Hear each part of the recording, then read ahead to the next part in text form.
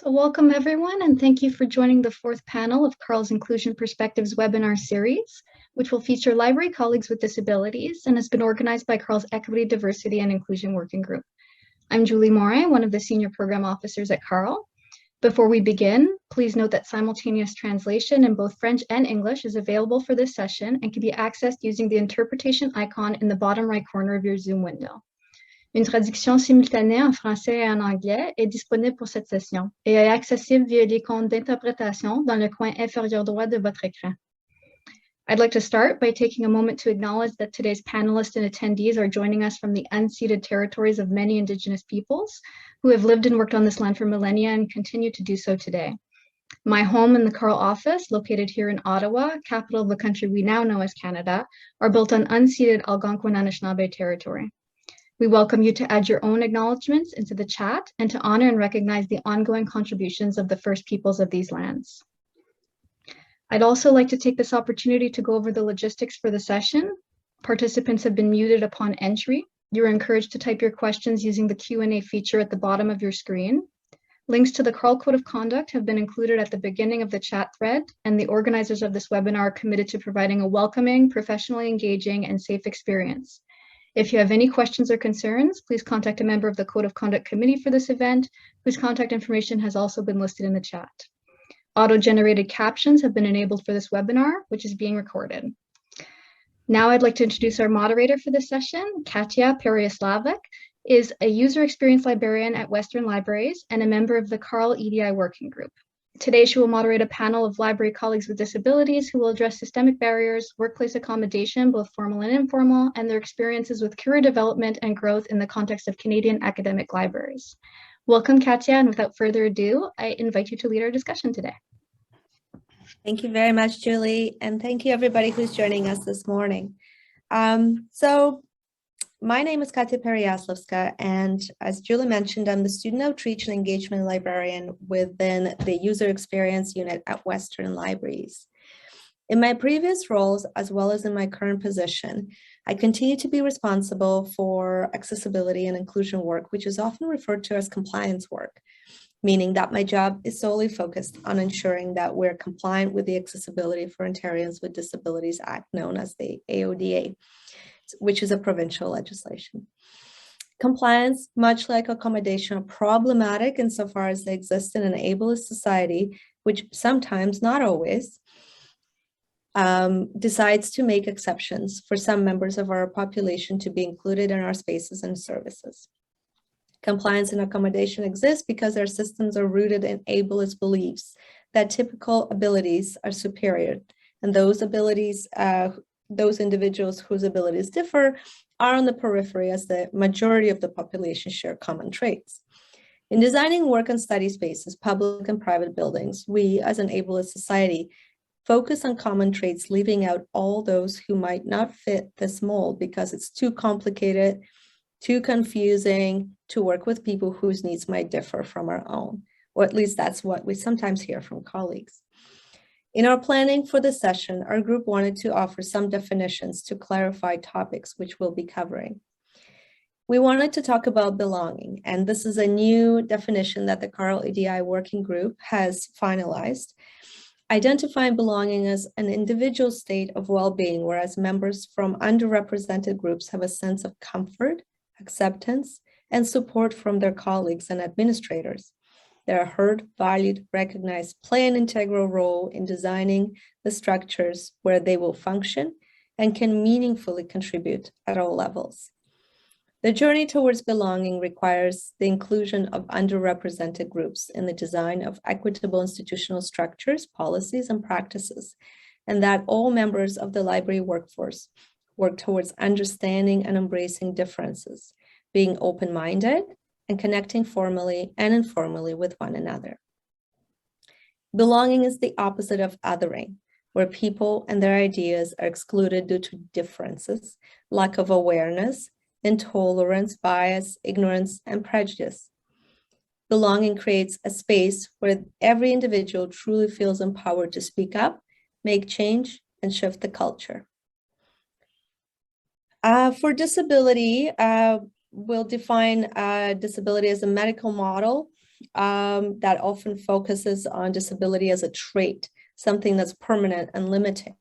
And in contrast, an inclusive design approach is one that perceives disability as a mismatch between our needs and the environment, or design features of a product, or built environment, or systems or services. We'll talk about accommodation as well.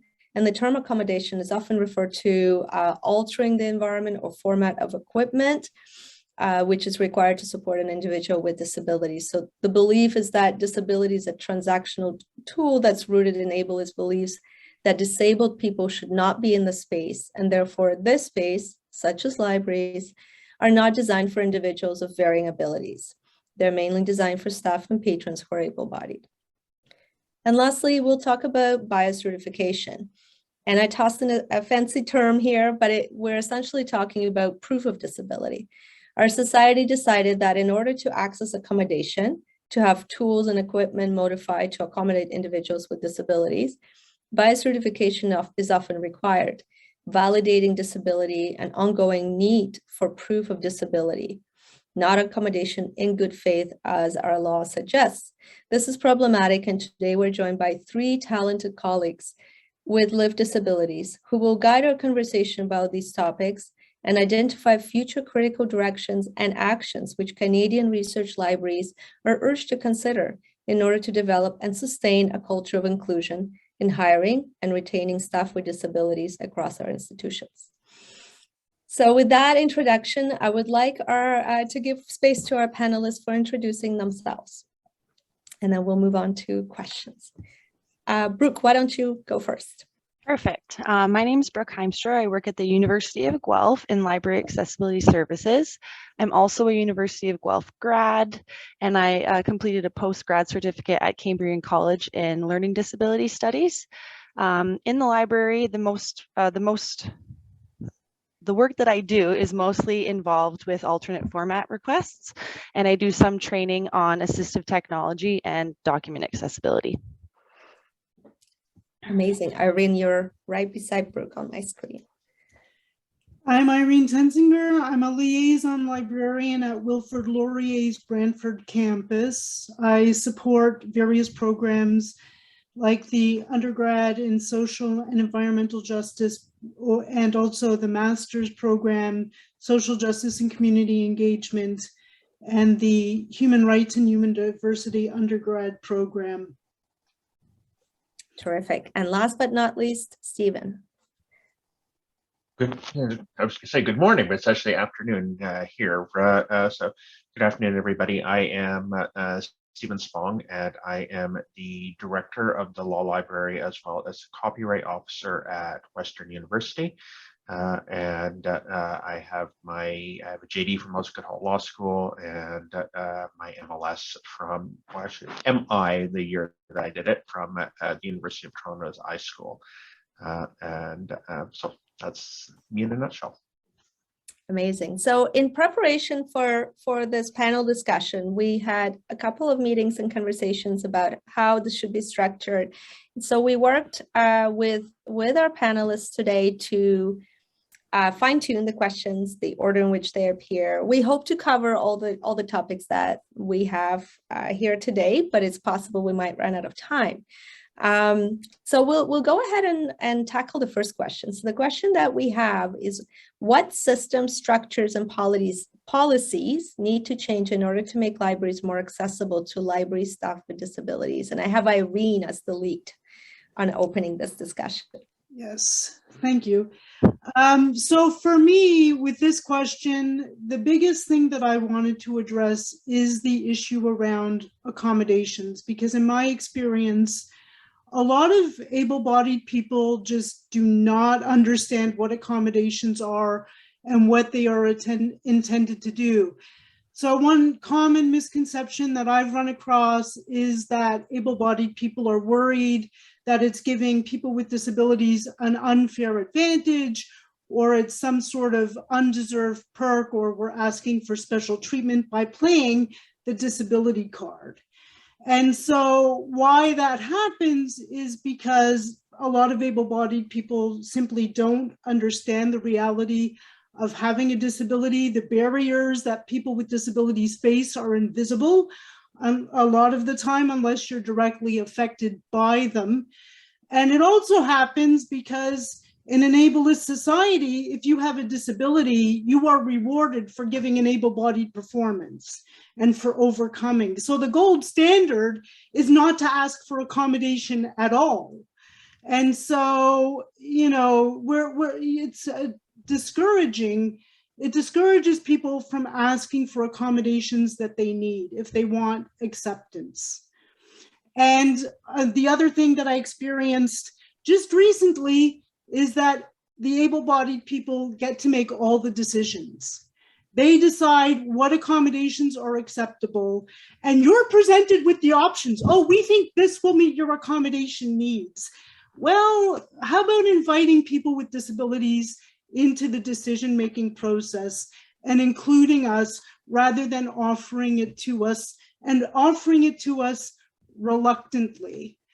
And so the other point that I want to make under this question is you can meet your legal obligations, and it can still be a hostile, exclusive environment. So, you know, and this is the other thing that I experience a lot as a person with a disability. People are always, but it meets the legal obligations. I don't care. It's not inclusive. So, you know, don't focus on the legislation. The legislation is just a tool to help people with disabilities get traction on removing the barriers, but it's not ever going to lead to a truly inclusive environment because the legislation is always pitched at too low a level. And this can be applied to EDI work more broadly. The other thing is, don't think, oh, we're just going to address these issues and then we never have to think about it again. EDI work requires constant engagement and relationship building. I'll pause here in case Stephen Obrook have something to say. Go ahead, Stephen. Yeah, well, I was just going to say to build on this, what Irina's saying is it's an ongoing iterative process. It's never, I think that is also something that people in a lot of structures will take. It's like, well, this is the legal minimum, and we are going to strike a working group or have some process that occurs, and then they have the standard, and then it's like, okay, well, work here is done, and the processes aren't revisited. They aren't. There's no real review process, and it's not necessarily true in all cases, but I think in many cases it is, and that's not enough. And then the process needs to be sort of constantly evolving, constantly being tweaked to meet the ongoing needs, and we've seen that it can happen. During the pandemic, overnight there was a need that arose, and everybody pivoted and got it done incredibly quickly. So often you're given the excuse of this can't be done, or this is difficult, or this is expensive, or whatever. But when it really has to happen for the able-bodied individuals that comprise the majority, we have seen that it can be done, and it can be done very quickly. And to piggyback on what Stephen was saying, work from home has really changed my ability to get my work done. I was diagnosed with ADHD about a year ago, and so I didn't know that I learned differently and I did things differently. I just assumed everyone took 5 times to read a page or some, you know what I mean? Like, or had issues keeping their focus. And being able to wake up and work at home, yes, it has other distractions because I have pets and things like that. But say if for an hour I get distracted, I can work an hour later in the day. So I think it's just being more flexible and realizing kind of what Stephen was saying. Just because it doesn't seem fair doesn't mean it's like that we have a benefit, and if it can be done for everyone, why can't it be done for someone with a disability, kind of thing? Just because, for example, like you said, it changed overnight, and now I think institutions are seeing that it is something that can be continued, and people are still getting their work done, and you can be trusted even though you're working from home. So I think it's just people need to be more open-minded, and again, not think that people are playing like a disability card or trying to use their disability as an advantage. That's so true. And I think like talking about like working from home and this kind of like not needing formal accommodation, just having that like flexibility built in for everybody so that, you know, all individuals, depending what your obligations are and your abilities, can participate without requesting specific accommodation. So this brings us to the next question about challenges. What challenges have you faced working in libraries? And how did you overcome them with formal or informal or self-accommodation? And Stephen, you're the lead on this one. Yeah, so I mean, it's interesting. So my disability is that I'm bilaterally hearing impaired. If I don't have my hearing aid in, I am, to all intents and purposes, deaf. I have I have some hearing in the one ear, but it is a dead ear essentially. So it's a lifelong thing. I've had it since I was 3. So it's not just about libraries, not just about these existing workplaces. It's definitely something that I have learned to adapt to over the course of my lifetime. But I think that like workplaces do often, essentially what Katya was talking about biocertification, which is, I think that has definitely been a major barrier. And even in terms of interviewing, for instance, I had an interview that was a disaster. This was pre-COVID, where a large institution that should know better and certainly had the resources to be more open-minded and accommodating, did first round interviews that were on via phone, not Zoom, and as I said, pre-Zoom. And I had a new hearing aid at the time that was not phone friendly. It previous analog, it was sort of in the early time where digital hearing aids were in their infancy, and there was a lot of bugs. Now they're much better. And with the analog hearing aids, they were also much better for working with phone. But this was in a time where they didn't play well with phones. And I had asked for accommodation to have, like, I probably asked for Skype because that was kind of the thing at the time. I was told, well, that would prejudice the process. Like, that is like the other candidates would be there. It would disadvantage them. So I was put at an enormous disadvantage in the process of my interview, so that others would not. So the ableist framing on that was atrocious. It was an awful experience, and generally speaking, I feel I'm able to adapt and exist in an ableist society quite well. And there's a certain amount of code switching that you do to work in that environment as best you can.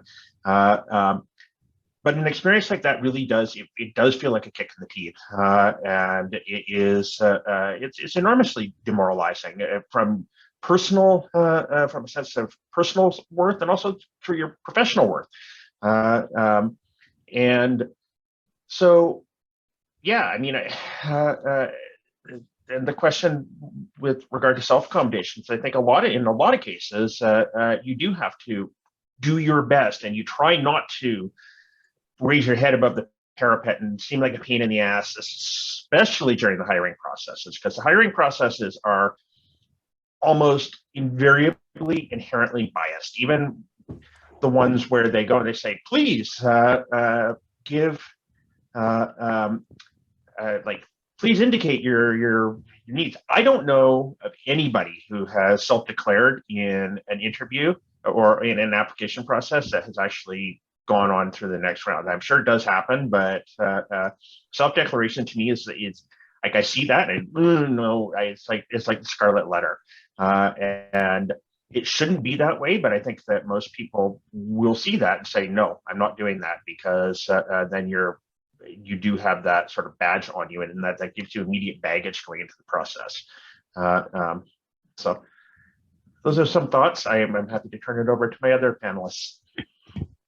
I would say personally, because I work in library accessibility services, which is we work directly with student accessibility services, I've been more fortunate because the population I work with has disabilities, right? So like my manager has been super helpful, like anytime I need anything. I remember when I first started in the role in 2018, again, didn't know I had ADHD. We would have meetings and we would just talk about things. And I think I have some issues with auditory processing. So when things are told to me verbally, sometimes it's almost like I'm actually deaf. Like I'll have to ask for like repetitions. So we've done things like we have like a running document where we'll put in everything we talk about in a meeting so I can go back and check on it, because my working memory is really poor too. Like if I don't have 2 screens or at least 3 screens and I'm looking at one thing and then I try to do something on the next one, I completely lose it. And it's just because my mind is constantly going and there's so much going on. So again, I've been fortunate because a lot of the work that I do is with students who need things like I would need. But something I do really struggle with a lot can be meetings. I have a hard time sitting still. And then I get anxiety that because I'm moving around, I'm bugging other people.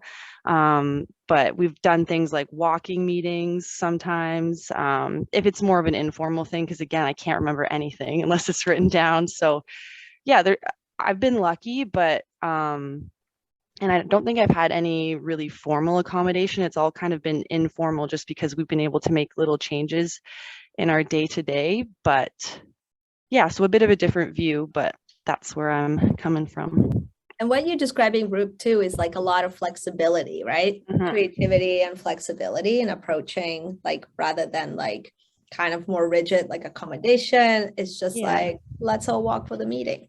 Yeah, which is really nice because my attention goes up and down. So like sometimes I can pay attention, sometimes I can't, depends if I slept enough, or like it's just really up and down. So flexibility for me has been really, really great. And again, I sometimes struggle with time blindness, or like I know I have to leave in 5 minutes to get to work on time. But then I see like dog hair and then I start sweeping, and then I've been sweeping for 10 minutes and now I'm 5 minutes late for work. So that happens to me a lot. So I'll just send a message and just be like, sorry, I got distracted. I'm on my way. I'm going to stay a little bit later today to make up for the time. And that's been nice too, because there's been years where like I just can't be on time for things. And no matter what I do, I'm either an hour early or 5 to 10 minutes late. And I try everything. So it's nice because I'm not seen as like incompetent or I don't care about my job, because I really do and I don't want to be late. But yeah, so flexibility has been really good.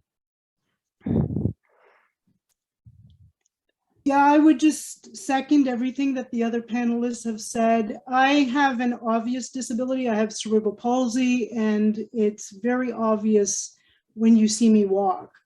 And so one of the issues that I've run into, especially during the hiring process, is people are not happy to see you, right? If I don't drop a hint when I get called for the interview and I just show up, sometimes you can tell that they're not happy to see me. And someone like me isn't expected to work. One of the things that I encounter if I'm on campus and people don't know who I am and why I'm on campus, I'm always mistaken for a student. And so that's not happening because I pretend it's because I'm so youthful in appearance, but it's not happening because of that. It's happening because we expect students with disabilities to be on campus. We don't expect employees with disabilities to be on campus. And so I frequently run into that issue. And again, you know, I will second what Stephen was saying. A lot of institutions are simply not prepared to think about accommodation or think differently about the job during the hiring process. And that makes potential discrimination completely invisible to the able-bodied. The job requires X. You can't do X, therefore you're not the best candidate. Well, how do you know, right? And so it's very difficult to prove that you're the best candidate for a job if you can't do it as it's exactly posted, and if you can't hit all those marks exactly, and it doesn't look like discrimination. And it's interesting to think too, like having been on a number of hiring committees, like drafting that job description, it just sometimes comes from like a place of creative writing where you're like, sure, that sounds amazing. But I feel like we're missing that intentionality of like, well, who is this for? You know, who are we trying to attract? How do we want this to be seen as an opportunity, you know, to attract diverse candidates? It's just like, we've got buzzwords, we've got, you know, articles that we've read. It's like, oh, there's this like really cool thing going on somewhere else, we should try it. And we just kind of pack it all in, and it becomes this verbal soup rather than like a job description.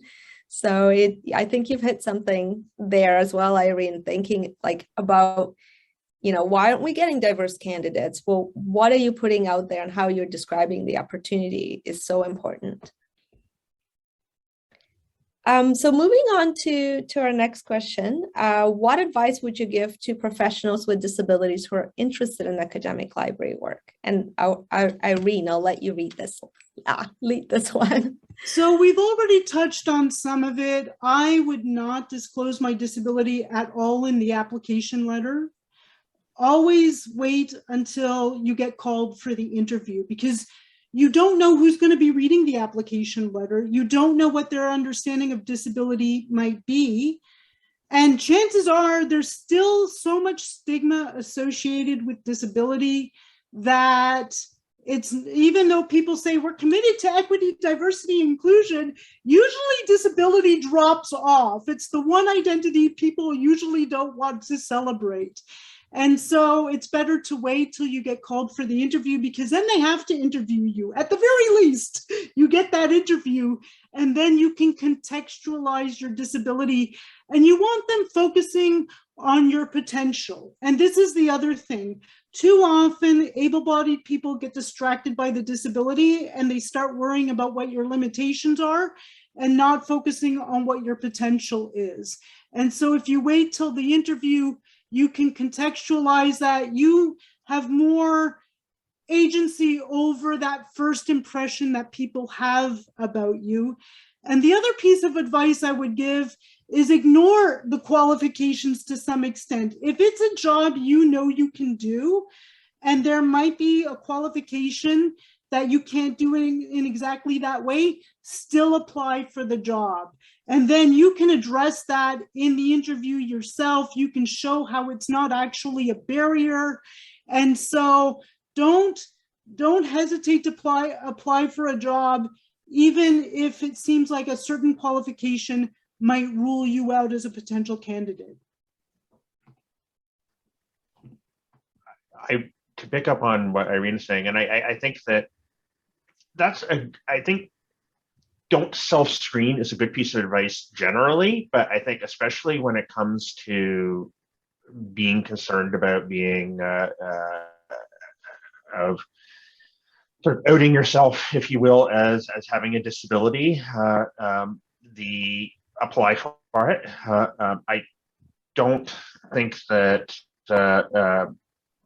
yeah, I mentioned earlier, don't take the bait of filling out, because sometimes they'll actually have a form where you like fill out the form that gets attached to your application about your accommodation needs. And as far as I'm concerned, that's just an excuse to have it, because it's, by doing that, it's going into a separate pile almost certainly. That anecdotally, I've heard that it probably does go to a separate pile for that never to be seen or heard from again. And as discouraging as it is, I think that there is a place out there, but I think that you do need to be able to get in front of people and to be able to sort of demonstrate your skills and be able to articulate them. And I think that that's also something that is very important, is to, as part of your interview prep and in the hiring process is to think about that in advance. Like, how are you going to articulate how to contextualize it, like how this is not, and it's in a way it's kind of terrible that you would need to do that, but if I think that it is important to be able to do that, because otherwise people will make assumptions, and I think that you want to be able to get in front of the narrative on that. You shouldn't have to, but the world is not always ideal in that regard. So I think that's important to be realistic about it. We have terrific conversation in chat too. I just wanted to comment just to say, yes, don't self-screen, apply, pursue whatever opportunities, but there's also conversation about making interviewing processes inclusive and providing like written questions ahead of the interview. And we all talked about that as a part of our prep, as like, that's just the best practice for everybody to do their best and to prepare as adequately as they can for what's coming. I feel like interviewing processes are sometimes like, are you trying to trick me? Like, are you trying to ambush us with these, very overly elaborate, very long questions that often it's like, I have to ask multiple times, like, can you please repeat it? And it's like multi-part complex scenario questions sometimes. So receiving things like that in advance is treating your candidates like equitably, everybody, rather than having someone like try to pull that and like ask for accommodation. Well, I need this in written format. It's just, best universal design principles in place. Mm-hmm. Do you guys have any comments, Irene? Yeah. That's an excellent point. Oh, go ahead, Brooke. Oh, I was just going to say, I agree. And that there's been times I've interviewed and I've been given the questions, even just 15 minutes beforehand. And it's a game changer, because in those 15 minutes, sure, I'm still nervous because it's a job interview, but I'm able to be a bit more calm, read through the questions on my own without having 3 or however many people sitting there staring at you.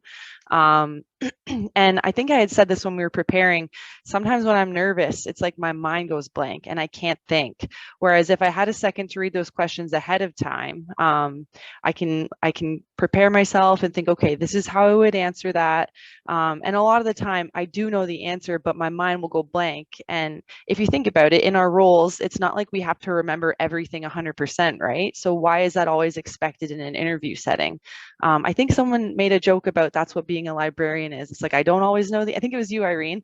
I don't always know the answer, but I can research it for you, right? So it's just kind of like, why are we holding people to these standards when it's not reality? And then something else just in general about the question, I would say just focus on your strengths. Just because you're doing something differently doesn't mean it's wrong. And sometimes someone with a disability, they can do something in this innovative way that's actually better for everyone, which leads to universal design. So yeah. And that's a key point. When you make things better for people with disabilities, often it makes things better for everyone. Mm-hmm. Right. Yeah. And so we all benefit the more inclusive we create an environment, it gets better for everyone. And you get better answers. Whenever we've given the applicants the questions in advance, you get more thoughtful answers. Mm-hmm. Yeah, I think that, yeah, absolutely. Like a rising tide lifts all boats. And and for me, with my, because I have hearing loss, having written answers to questions is always very helpful, because if I'm focusing on what is being said and trying to really, and you're focusing more on the words and the context sometimes, because you really don't want to lose that or not be able to hear it or be constantly asking for repetition. So yeah, no, I mean, and that's in addition to being able to give a more thoughtful answer, actually to be able to know that you've heard it, you know what they're asking you, is in and of itself a big plus as well.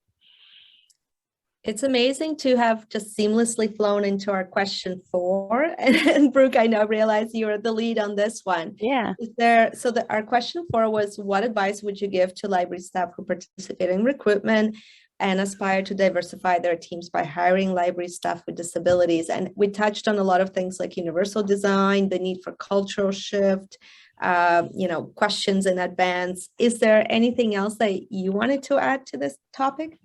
Yeah, I think I just a lot of what we've all said. Just looking at our notes here again too. I think removing the need to ask for accommodation would be the best. Like that would be the best option for everyone. Because I've thought about it before and I don't even know what I would ask for, or I think I would feel guilty asking for it, to be honest. A lot of the time, like I can struggle with thinking like, oh, like I'm just lazy, or like, why can't I just focus, or why can't I do this? Why can't I read that? And those kind of thoughts that you have about yourself kind of lead into not wanting to ask for help or feeling like a burden already, right? So if you just remove that need for people to even ask, it'd be better for everyone. But obviously there's always going to be at least a little bit of a need for accommodation because you can't predict everything, right? And people are so diverse. But if we could get closer and closer to that, I think that would be, that would be one of the best things that institutions could do. Yeah, and then again, like thinking about inclusive environments, that needs to be flexible for optimal performance for everybody. And Irene talked about, the benefits, creating more inclusive, equitable processes. Everybody derives benefit. And we have a comment from Katrin in chat about how getting questions in advance is also something that's very useful to folks for whom English is an acquired language. I definitely agree with that position as well. Very often my understanding of terminology that's more, or like specific words, may be different from what they actually mean. And I've run into that issue in the past where it's like, no, I thought that's what this meant. So having something in advance that I can reflect on and make sure that like I'm providing meaningful responses to the question that's actually being asked is a helpful thing. There's another comment. I'm thinking may be important to describe to interviewees what the setup is going to be, and the fact that they'll receive questions, written form, and any other information that would help them to know whether there's still a need to ask for any accommodation. So familiarizing your candidates with the process, with the setup, what to expect, managing those expectations. And then Allison is also saying, I'm not sure we always describe in a way that would help people know what to expect. I think we're describing parts of process. We might be able to provide an itinerary. We focus on, kind of like you might meet with this committee and that committee, but like describing the environment and additional detail of what the space is like and kind of what the process will be like is a good practice.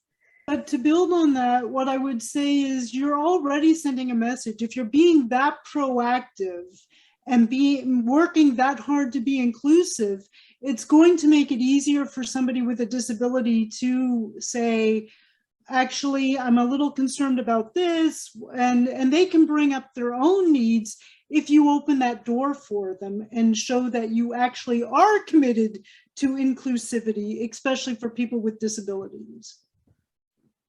That's very true, Irene. And I think Stephen pointed to that too, that we now have this practice. And usually I think it's HR that supplies the language about like, this is an inclusive process.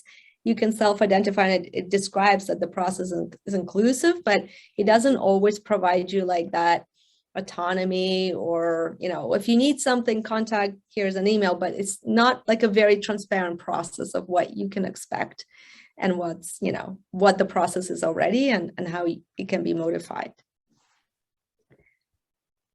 So yeah. Irene, go ahead, Sorry. Stephen. Yep, go ahead, Katya. I was going to move on to question 5. So if you have something that is still focusing on this area about recruitment, go right ahead.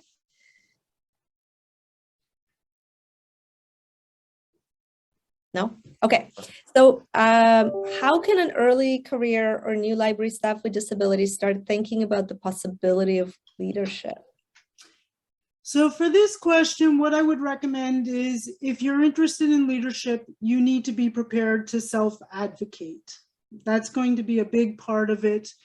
The most challenging part that you're going to face is changing the way people think and opening their minds up to imagining other possibilities, which will lead to genuine inclusion of people with disabilities, especially at the leadership level.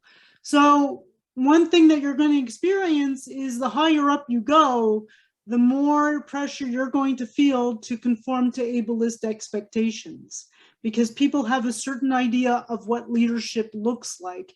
And you're going to have fewer supports available to you as you move up, because there's going to be fewer people with disabilities in those leadership roles. So you need to start building your support network early, because it's not going to pre-exist for you. So if that's your goal, plan ahead and be prepared to self-advocate, and be your own support person in a way, by believing in yourself, right? As people with disabilities in an ableist society, we receive a lot of negative messaging, right?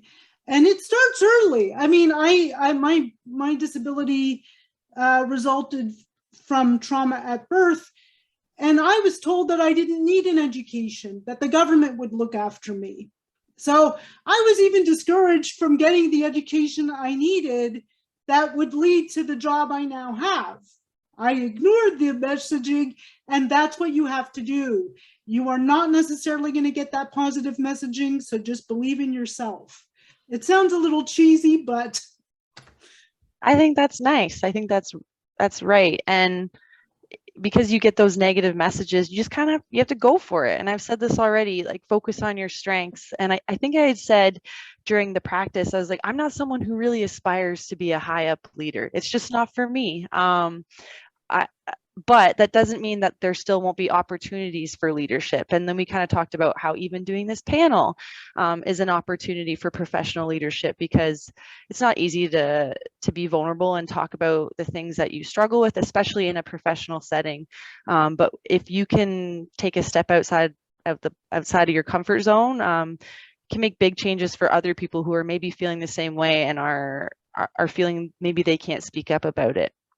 So yeah, maybe don't necessarily focus on having to be like a leadership role, but there's other ways that you can be a leader at the institution. Absolutely. I think that is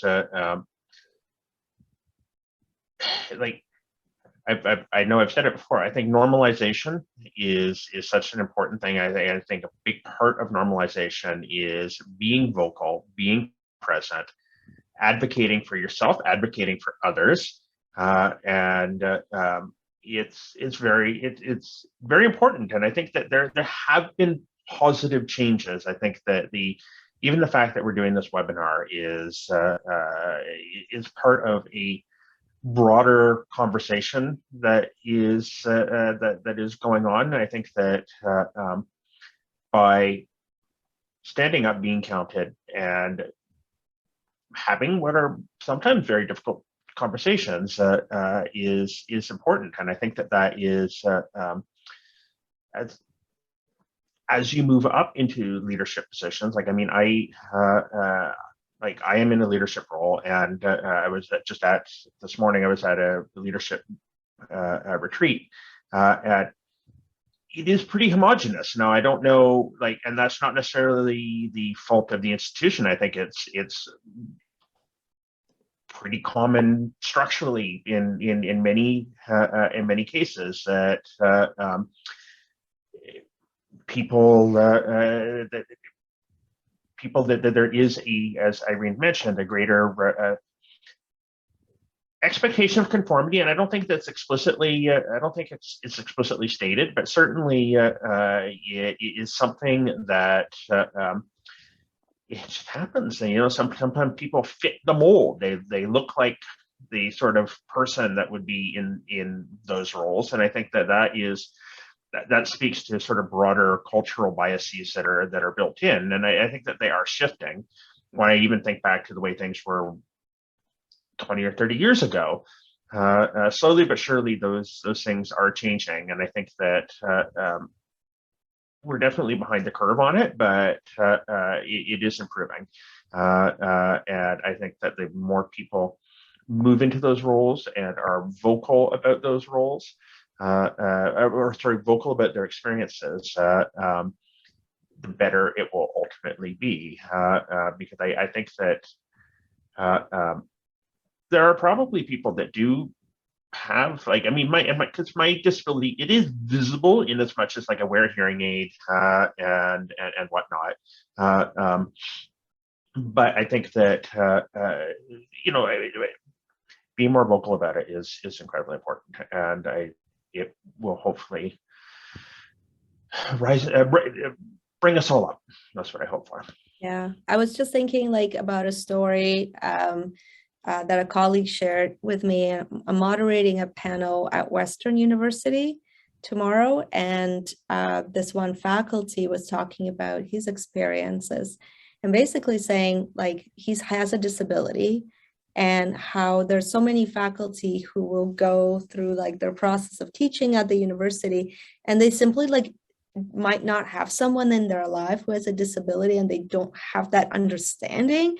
So there's this like cultural fear of like, I don't know what to do. I don't want to seem stupid. I don't want to like ask questions. Like, how do I deal with the student requests? Is this fair to other students? You know, again, that sense of advantage versus fear of like not knowing what exactly that accommodation might look like if a student self-discloses, like not even knowing how to hold that conversation and what to say and how to respond.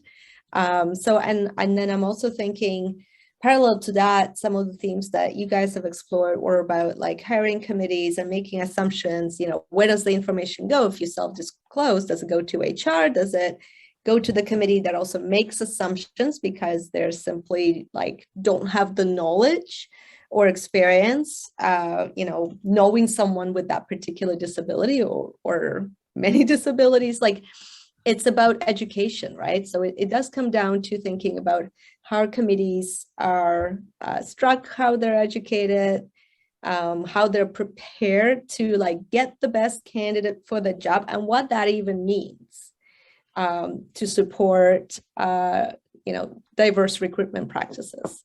Because we're at a point where a lot of our libraries, reflect on the staffing complement, and it's very clear that we are simply not as diverse.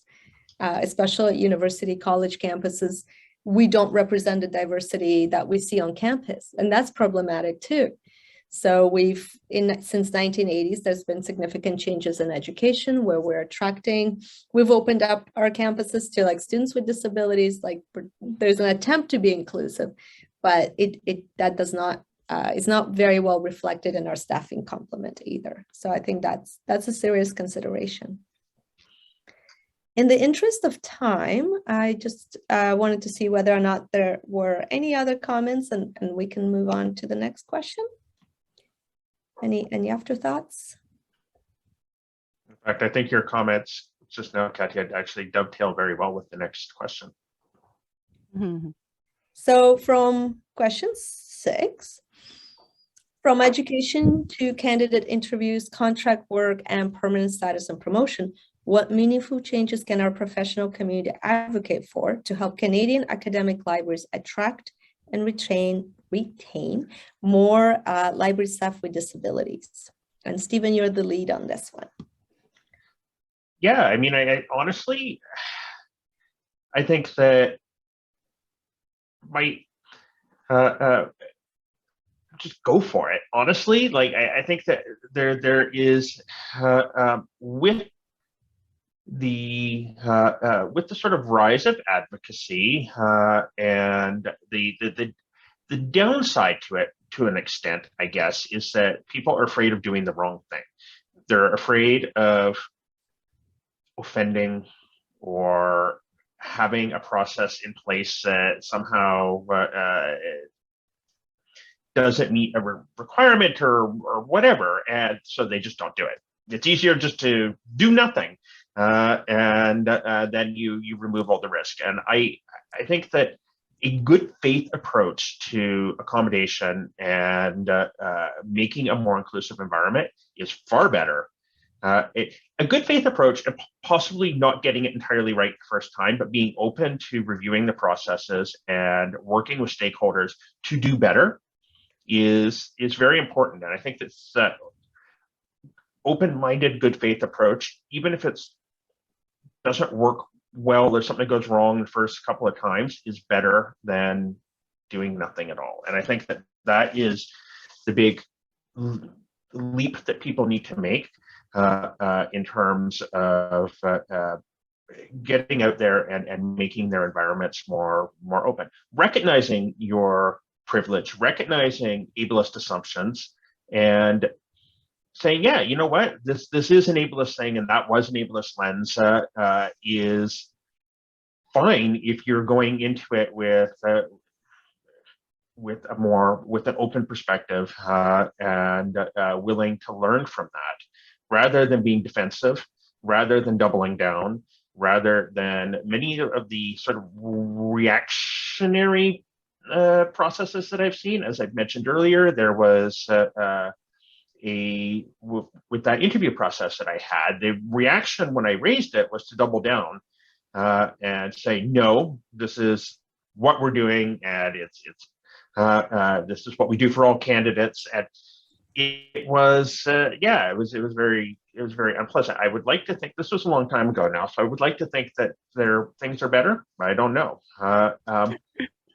So I think that having a more visibly accommodating environment is good, and making those sort of visible changes. I think that people are afraid of being accused of tokenism, and I don't. Again, if it's done with good faith, I think that even things that are perhaps a bit tokenistic in terms of accommodation and creating a more inclusive environment still sends the right signal that this is that the people are learning, people are willing to expand their perspectives, and so and then hopefully that will build up and create a snowball effect. That would be kind of the best case scenario. I think that visibility, loud advocacy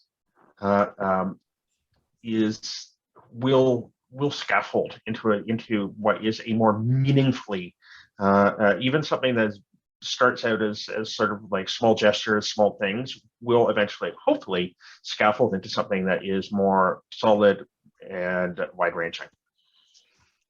To build on a little bit of a different view, but to build on the visibly accommodating environment, in the library at Guelph, in Library Accessibility Services, we have a little lab, and we have like different levels of lighting. If students have like concussions, we have some comfy chairs, different areas where you can sit, basically just a bunch of different ways you can work. And I was actually in a webinar about 2 weeks ago about people who are neurodiverse, and there was a whole presentation talking about how you could have like workspaces work for different people with varying needs. So if you can show something like that to someone or make that known in some way, maybe, I don't know how you would make that known, I guess, in the interview process, but if it was like a cultural change through the institution, it just makes it seem like you're willing to make things work for different people, because the way I do something is probably going to be way different than the way someone who doesn't have ADHD is going to do it. And like, we all require different levels of, like, if it needs to be quiet, or if we need low distraction. So I think that's a really big one. That could be helpful for a lot of people, because again, some people want to stand at their desk, some people want to sit, some people can't sit still. So just offering those different types of work environments can be really helpful. And I see how great it is for our students and the ones that are regular users of the lab. So why wouldn't that be good for employees as well? And if I could just build on what has already been said, I would say that consult people with disabilities. One of the sources of frustration for me is a lot of the time the allies don't get out of the way. And I think it's because people with disabilities are viewed by default as being less capable and having less value. And as a result, our knowledge is, not given the proper consideration. And we aren't included as much as we should be in these decision-making processes. If you want to create an inclusive environment for people with disabilities, we have to be part of that discussion. We're the ones who have to lead the discussion, ideally, right? So, so that has been a problem that I have run into. Sometimes I'll have a conversation with someone, they've done something, and I'll have a conversation about an issue that I've run into. And then they go off and advocate on my behalf. And it's like, well, I didn't ask you to do that. I don't need you to advocate on my behalf. So make sure you're checking in with the person and you're not taking action on their behalf when they don't want you to. Make sure that you're giving us like the proper consideration to our knowledge. That is something I have had conversations multiple times with different people where I have expressed something and it's clear that I was not heard, I was not listened to, because what I was offering was not valued. And that's not okay. And the interesting thing, the sort of corollary to that is to not overburden individuals. I think that's the other thing. It's like, because in other cases, there are cases where it's just like, oh, we'll have so-and-so do it, and then done, our work here is done. So I think that true collaborative approaches and that is really what needs to happen. I think that, as you say, ideally people with disabilities are leading the discussions, but I think that allies need to provide meaningful support. They need to actually listen, but carry some of the weight of doing the actionable work when asked to do so. Because in many cases, I've had colleagues that have burned out, that have been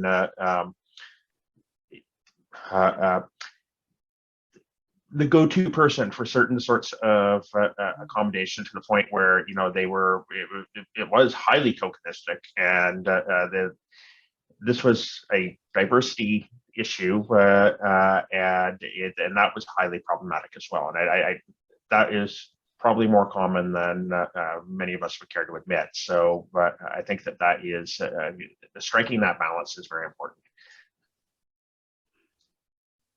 I totally agree with that. And again, I think what this really speaks to is the relationship building. Building those relationships.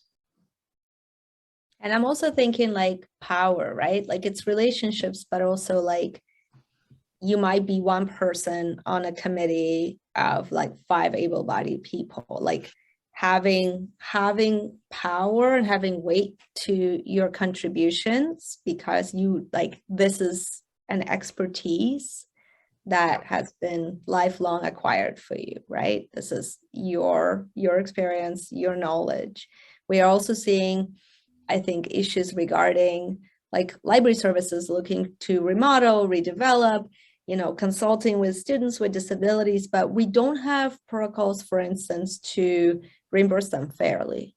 So I think we're at a point that maybe there's beginning of recognition that, consultations need to happen, whether it's service design or reimagining like the recruitment process to make that a more inclusive process. But then we don't have the mechanisms in place to recognize people's expertise. And that's problematic. And also the built environment, like I just think like it seems like the trend these days with library renovations is to go and put like the enormous stairs that look wide and open, and they are an accommodation nightmare. I can think of at least 3 libraries that have done it, and I've spoken to many others where they've been they're usually in a draft somewhere for something to be done. So I think that those it's an ongoing process.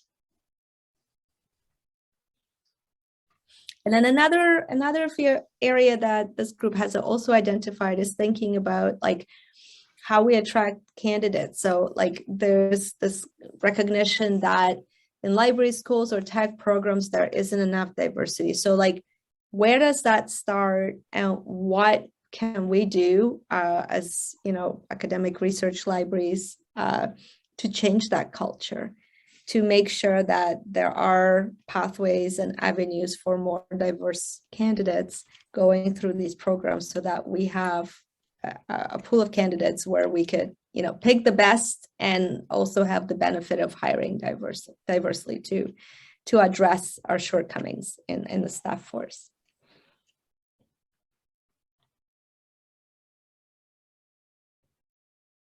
So we'll move on to our next question. What measures can CARL member institutions introduce to reduce systemic barriers and diversify our workforces to attract more staff with disabilities by creating spaces which foster inclusion and belonging?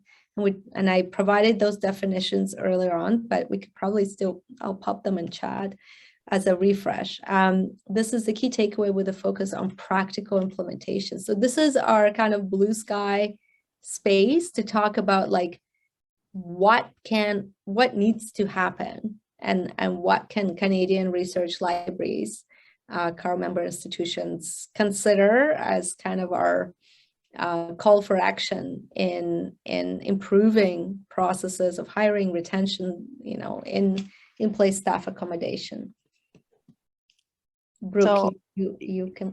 I'll go ahead. Yeah. Thank you. So the big picture that I think from all of this is to do your best to assume positive intentions of others. So again, this isn't just relevant in a situation when you're working with someone with a disability. I think it's just, you'll live a happier, more positive life if you assume positive intentions of other people. And that doesn't mean that you're always going to be right. And sometimes people will take advantage, and sometimes people will use the disability card, right? But we can't control that. And just because a couple people decide to take advantage or maybe do something unfair, it doesn't mean that everyone else is going to do that. And sure, like, why can't a couple people slip through that are taking advantage if it's helping more people in the grand scheme of things? And a big thing that's been really helpful for me in my current position, I would say the first 1.5 to 2 years in my role, I struggled a lot because I was trying to be someone that I wasn't. And that's really common, I think, with people who have ADHD. It's called masking. So I would just try and be like everyone around me because I thought that's what was expected. And I'm actually like a really loud, bubbly person, but a lot of people are quiet and reserved. So I was trying to be that. And because I was trying to be someone I wasn't, it was really hard for me to get into the role or feel like I could make it my own. But with my, like, again, in my current position with like all my managers and people I report to, I would say a big thing that's been really helpful is creating psychological safety. So if you are in a situation where it feels safe to talk about what's going on for you and what's real,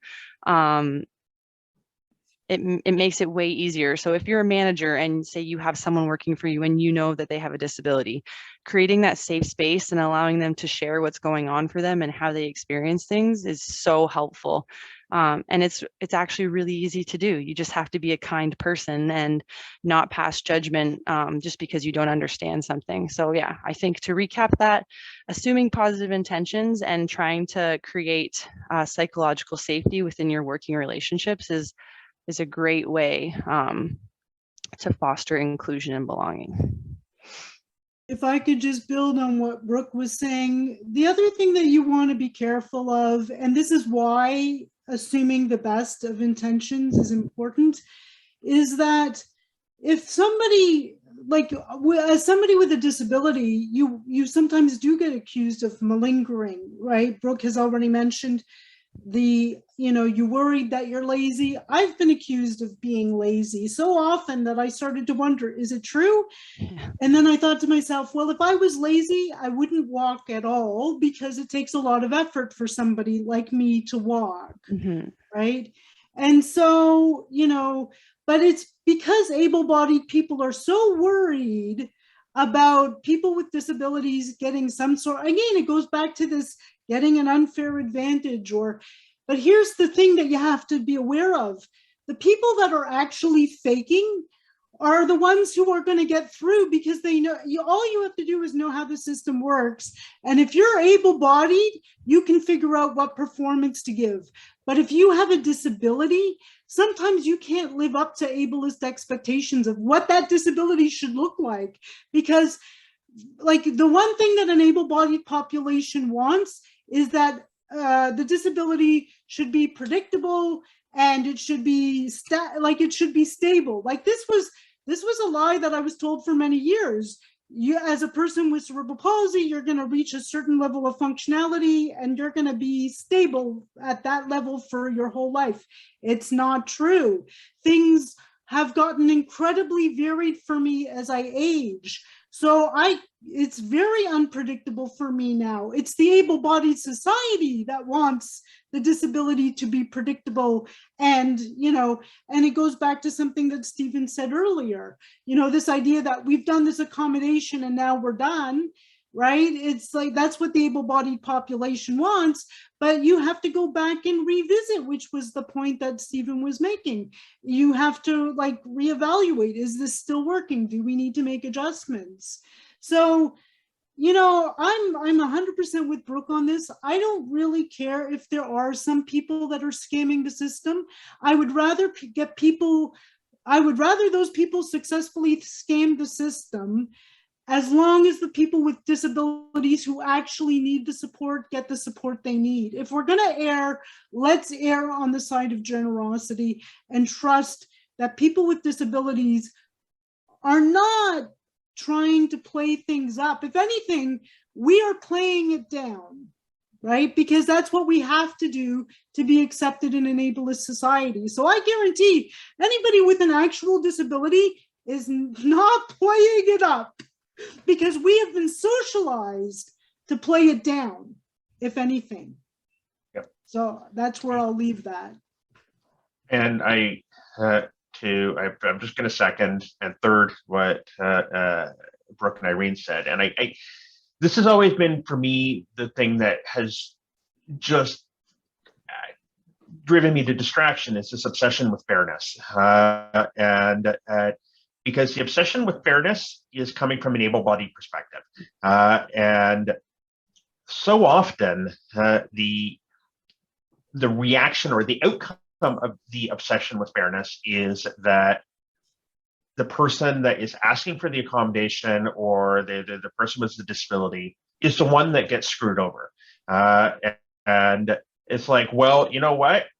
Yeah, we might have had that one person. Like, what if that one person got an unfair advantage? Well, then that's not fair. Well, what about me? What about somebody else who's like but because there's this sort of ableist expectation that that you're less than, or you've come your whole life and it's just like you're used to it. And I think that there is sort of an assumption that maybe you're just used to it. Maybe like you'll suck it up. So yeah, so I think that honestly, from a blue sky perspective, yeah, if a few people abuse it, who cares? I think that the fairness, as I said earlier, rising tide lifts all boats. I think that if we can have something that is a system that empowers those who need the accommodation, then that is far, far, far fairer. If we're really concerned about fairness, that is the fairness that we should be striving for. And even a small change, I know some institutions are doing it, is for accommodation for students with print disabilities, not asking for biocertification, not having to go, because from my experience, I used to, when I needed to be accommodated, I have a lifelong hearing disability, but I had to get a note from my audiologist every year to get a note taker, which is a pain in the ass, because I would have to go to the note taker, go to the audiologist, get the form, go back to disability, the Center for Students with Disabilities, or whatever they called it at that time.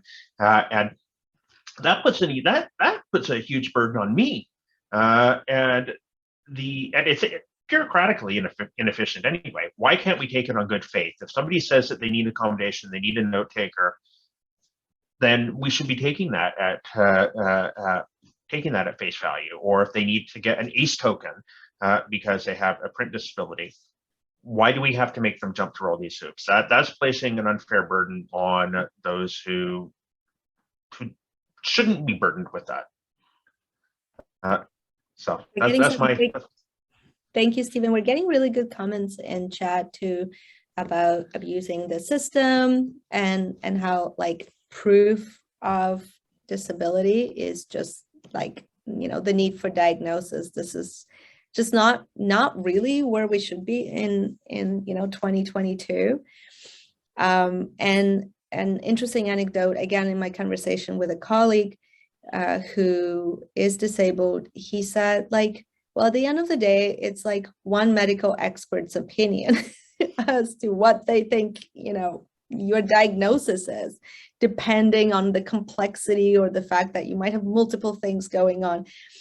It's just like, we're so obsessed with the medical paperwork, but like, you know, every doctor thinks maybe something else. And Irene, you touched on it too, you know, like that, the idea of like static disability and things not changing. And then Stephen talked about the burden of like having to every single time to like prove with medical paperwork. I'm also thinking about staff who are international hires, you know, whose doctors are elsewhere. Like if they have to come in and ask HR for accommodation and we need that paperwork, the doctor, the physician who might have a very good sense of, you know, their medical history and then they've worked with for years is not in this country. If we do a better job in recruiting like more diverse candidates with different linguistic capacity and different like ethnic backgrounds, that paperwork might not be in English. So what it is that we've created is a system, it's this ableist system that has so many flaws. And it is a system that people abuse it because it has so many flaws and it's not working. So it really is time to rethink how we do these things in libraries. Well, and I mean, I think that to get back to what Irene was saying about good intentions, like I think that the idea of proof of disability assumes bad intentions. And I think that it's like, somebody is going, if we don't get all of this paperwork, then a bad faith actor is going to come in here and screw the system. Well, who cares? Like you're making it better for everybody else, and that really sucks, because like really, even, you know, you can cloak it in all the in all the frou-frou ways you want, but at the end of the day, the underlying assumption is bad faith intentions and bad faith actors. That frankly, that's a pretty depressing lens to put on students and you know, colleagues and those that you work with. We also have a comment in chat about proof, and like those who want to play the system will find a way to get proof, even if we're so obsessed with documentation. Like that could be something that is available depending on how creative that individual is.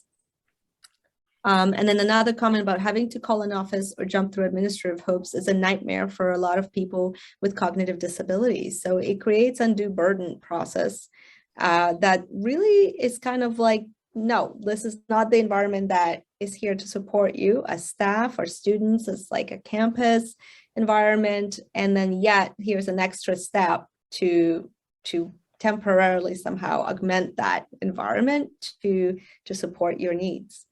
And it's almost like saying that your needs are unique to just you. And I think that's problematic as well. We do have a couple of questions in Q&A, and I was wondering if the panelists would be interested in tackling them.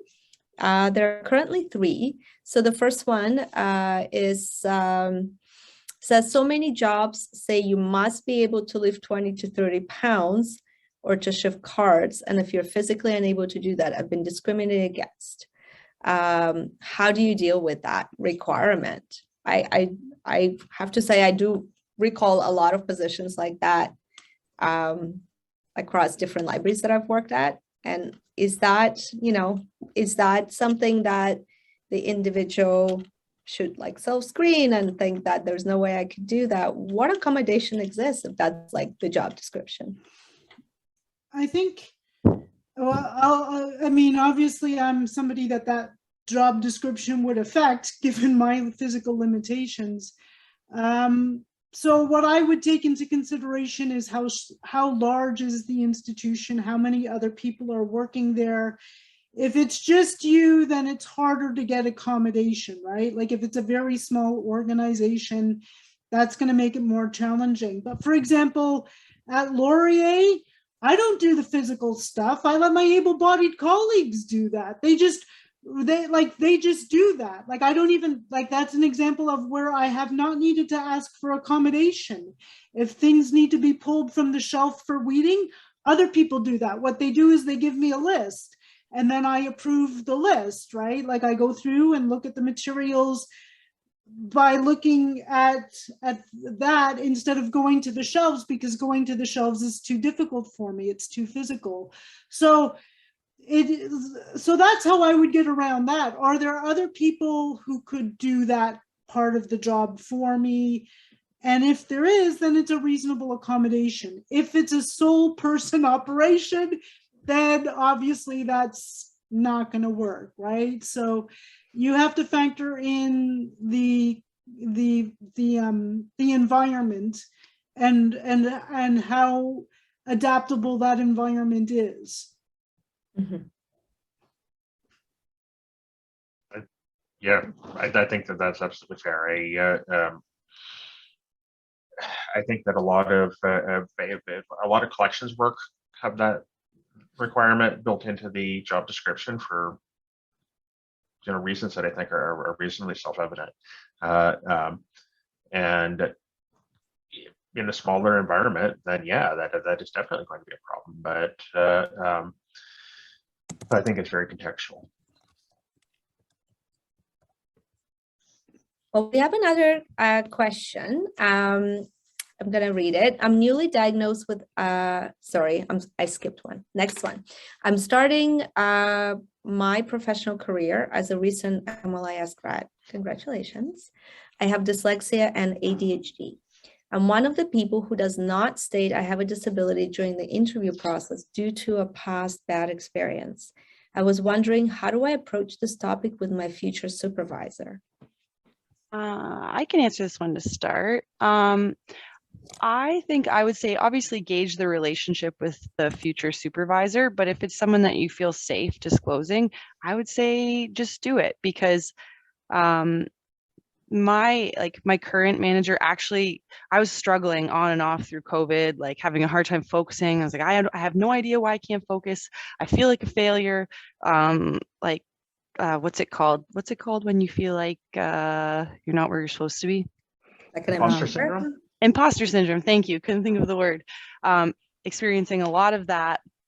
And he actually had helped me. He's like, listen, please don't take this the wrong way, but I've read this article, and based on things you've told me, just read it and see what you think. And then I read it and I was like, wow, that's me. I have ADHD. Everything makes sense. And that doesn't necessarily mean that symptoms and struggles go away, but if you're real with yourself, it's really easy to figure out ways that you can be successful. So if you have like different ways or techniques that you can work better, I think you could maybe feel more confident disclosing if you shared those techniques with your new supervisor or manager, and saying, listen, like sometimes I don't do work the way that everyone else does, but these are the ways that I do it, and this works for me because of that. And ultimately, you shouldn't have to explain working differently, but it could make you feel more comfortable and confident when disclosing, saying, look, I know I don't do things the way that someone else does, but these are the ways that works for me, and this is why. And that could be really helpful. But again, if it's someone who you think is going to be understanding and you feel comfortable, I would just tell them. But that's just me. And I know that I've been very fortunate to work in an environment where it's been really accepted and honestly almost celebrated, because I am different and I like think really fast and I'm a bit out there compared to most people. But I think if you are able to, I don't want to say sell it, but if you're able to sell your skills that you have that are different than others because of your disability in a positive way and show how it's actually a strength and not going to take away from the organization, I don't think there's anything wrong with telling them. That's what I would do anyway. And it's such an interesting comment that you made, Brooke, about like demonstrating how you are a unique candidate, because in the sea of candidates, like there might be just a few individuals that like have that kind of combination of experience and personality that resonate. And I think, like, again, pointing to your skill set is so important. There's another question that's very similar to the one that we just tackled. So I'm going to read this one just because it ties them together. And I recognize that Irene and Stephen haven't commented on the last one, but because they're so similar, we could maybe just read this one and then continue the conversation. So it says, I'm newly diagnosed with asthma thanks to COVID, and started a new job that will be on campus in September. Do you have advice on disclosing disability to a manager or colleagues? So this one has also the question about colleagues. How do you do this when you're still learning about how your illness will affect you? I would, again, to sort of build on what Brooke was saying, I think that transparency is important, and I think that definitely having a good working relationship with your supervisor is important. However, I wouldn't necessarily say this would be all and end all. It does depend on your immediate working environment. Like if you're in an environment that's unionized, or that there is the fact is you shouldn't be discriminated against, and God knows you can be. But I think that it's important, because if you feel that it is that it will impact your ability to do the job through an ableist lens, I think that you need to be able to provide that context. Because otherwise you will be judged through an ableist lens. And so I think that it is important to ensure that there's clarity around that. And it is potentially a difficult discussion. It's potentially awkward, but I think it's an important one to have. Yeah, and again, like it's definitely going to be easier if you have a good working relationship with your manager. But I don't think that that's necessarily the number one thing. I think what I would add to that, it depends on how well you know your work environment. So if I'm new to a work environment, I'm much more cautious and careful about who I disclose and how much I disclose and why I disclose. So if it's affecting how I do the job, then obviously I want to get ahead of that and I want to be proactive about it, which reinforces what Stephen and Brooke were already saying.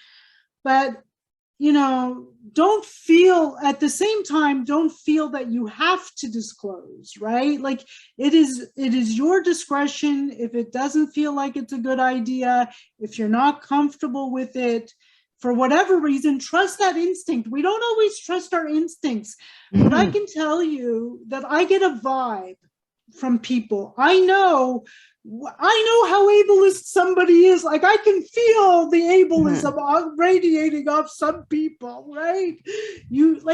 And I obviously I've had a disability for a long time, so I don't know whether that's just a case of a life of experience with it, but I do get a vibe from people. Like you get a sense of who can I talk to, who do I need to be careful around. And so if in doubt, be cautious, right? This is the other thing. I've become a lot more vocal, obviously, because I'm doing the webinar. I'm way more out there than I ever was when I was a lot younger. When I was younger and starting my career, I was more conservative, and part of that was internalized ableism. I mean, you know, it's taken me a long time to overcome internalized ableism. But I think that's another reason why a webinar like this is important for those of us who are further along. We need to we do this so that we create space so that it makes it easier for the people coming behind us, right? And so if there's somebody that has a disability that you know of where you work, like, you know, see if you can connect with them, if they can give you the lowdown, like, you know, so for example, if anybody was starting at Laurier and they wanted the lowdown of who do I need to be careful around, I could give that to them. So if you know of somebody, go to the people that you know who are going to understand, or, you know, see if you can get a feel of the lay of the land of who can you trust and who can you not. If there's somebody that can give you the lowdown, that's going to help you out too. And also that person can be an ally. I'm happy to be an ally to anyone who needs it at this point. I would agree with everything you're both saying too. And it's funny because I came into the question like, I would just tell them. But I think that's because I spent like the first 28 years of my life always worrying or like trying to figure out how I can act in certain situations, right? And I still do it. I still do it all the time. I saw a meme a while ago and it was like, someone was like, why are you so quiet? You're never quiet like this. And I think their response was, I'm just trying to gauge how weird I can be in this situation. And like, that's kind of how it applies to me, because sometimes I'm kind of out there and like, I think a lot and I speak really fast, and it can be overwhelming or jarring to some people because I can be so animated. So a lot of the time in work situations, or in meetings, for example, if there's a lot of people who I'm not quite sure how they'll take that, I just don't say anything. So that's something obviously I need to work on. And in trying to work on it, I think I've just had like radical acceptance that this is who I am and not everyone's going to like it. And I know what I can bring to the table. So if I'm confident in the fact that I know I can do a good job, even though I have these struggles, and I'm able to share that with someone else and show them, like, that's what I want to try to keep doing. Because it feels bad to not be yourself and to not, yeah, that's really it. Yeah. I just wanted to not say, agree more. Yeah. yes, nobody should feel like they can't be themselves. Yeah. It's not a good feeling. No.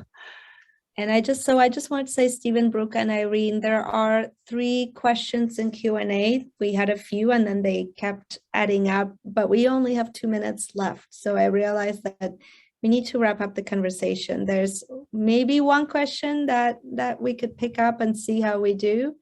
It's about inflexible return to office arrangements and advocacy for disabled workers, if you have thoughts about that. How do you see inflexible return to office arrangements fitting with advocacy for disabled workers? I see this as a situation where getting an accommodation would be seen as unfair, and that increasing flexibility for everyone as their work allows makes the most sense. This was something that was very much discussed at a meeting that I was at this morning, and I completely agree. I think that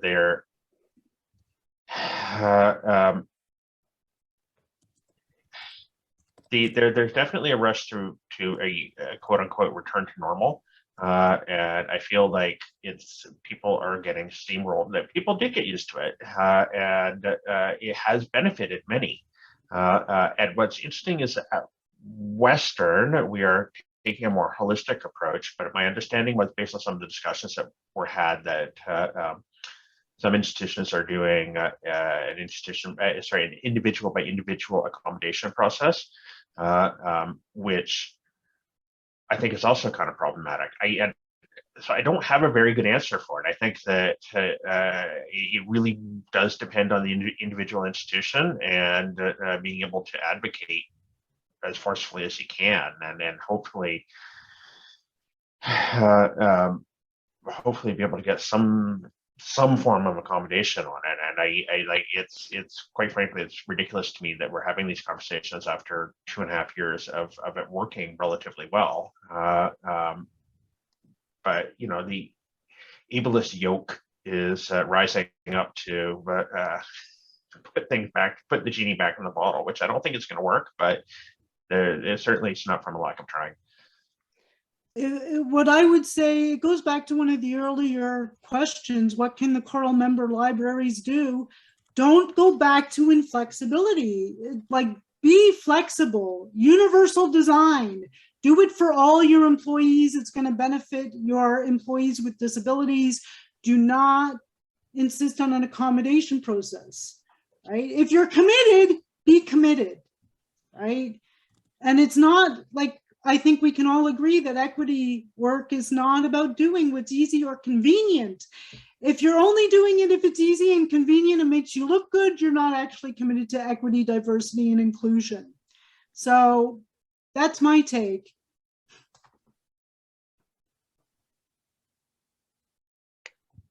There's some chat comments in chat about just saying thumbs up. This has been a really great conversation. Questions about Carl EDI working group documents, and we did publish strategies and practices for hiring and retaining diverse talent. So Victoria has popped the link in chat. There's definitely a lot more room for these conversations. I think that question is such a perfect kind of point for us to wrap up on. We've been talking about this for an hour and a half, and then thinking about that undue burden. I don't want to keep you guys hostage. There's so much more to talk about, but an hour and a half is probably a good point to pause and reflect. If there are follow-up questions, we'll be sure to send them your way. But Stephen, Brooke, and Irene, this has been an absolutely wonderful conversation. I wanted to thank you for being here, being vulnerable, being open about your experiences, sharing those experiences, but also helping kind of shape these collective strategic directions about like what can practically happen in the next year, next 2 years to change, to shift some of that culture around how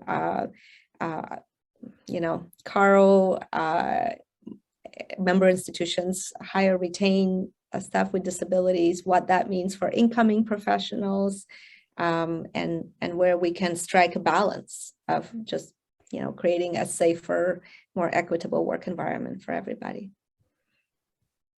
Thank you all. Julie, I don't know if you had wrap up comments, but I'll just be very brief. You summed it up very well. I was just going to thank our presenters on behalf of Carl, as well as you, Katya, for moderating, and all of our participants for attending. So we ask you to keep an eye out for upcoming webinars in this series, and we hope to see you again soon. So thanks, everyone, and have a great week. Thank you. Bye. Thanks, everybody. Bye. Bye.